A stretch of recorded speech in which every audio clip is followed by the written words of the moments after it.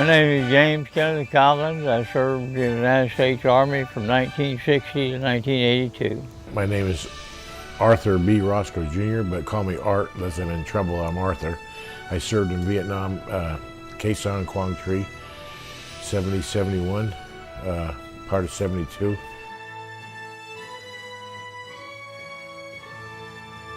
I took my basic training in Fort Jackson, South Carolina. I went to Fort Bragg for a couple months. And I moved to Fort Benning. I went through jump school.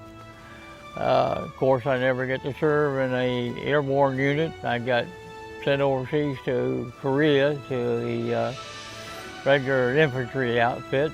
I lived in Rhode Island. My dad was a submarine sailor, born and raised in Key West, but he got sent up to New England to work submarines up there, I guess, or something, I don't know. But I was in Rhode Island when I enlisted in the Army. Well, I was a 36 Charlie 20. That was my MOS, which is a telephone lineman, a repairman, a radio man. And I got to Vietnam, there's no telephone poles, so I knew I was in trouble. I just did whatever they needed me to do. I was, pack body bags, go through tunnels, whatever mission somebody needed to do. And my first thought was when they asked for volunteers, my dad always said never volunteer. But when they said barbecue steaks and cold beer, my hand went up. And there never was cold beer or barbecue steaks. So that was what I did then. But it's pretty interesting, pretty interesting.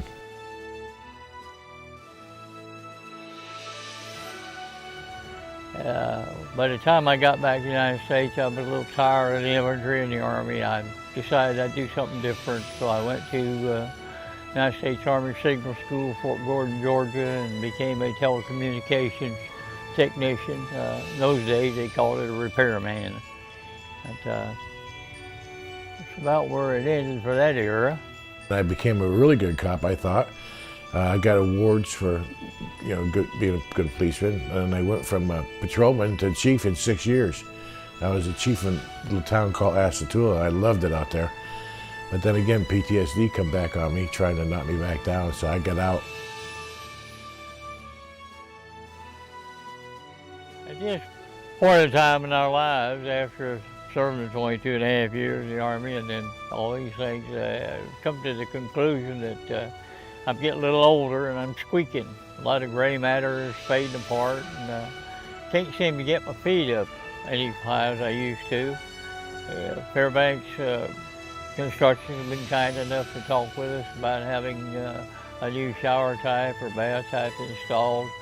And not having to climb up over a big-sided bathtub will be a great boon to my wife and I. We both,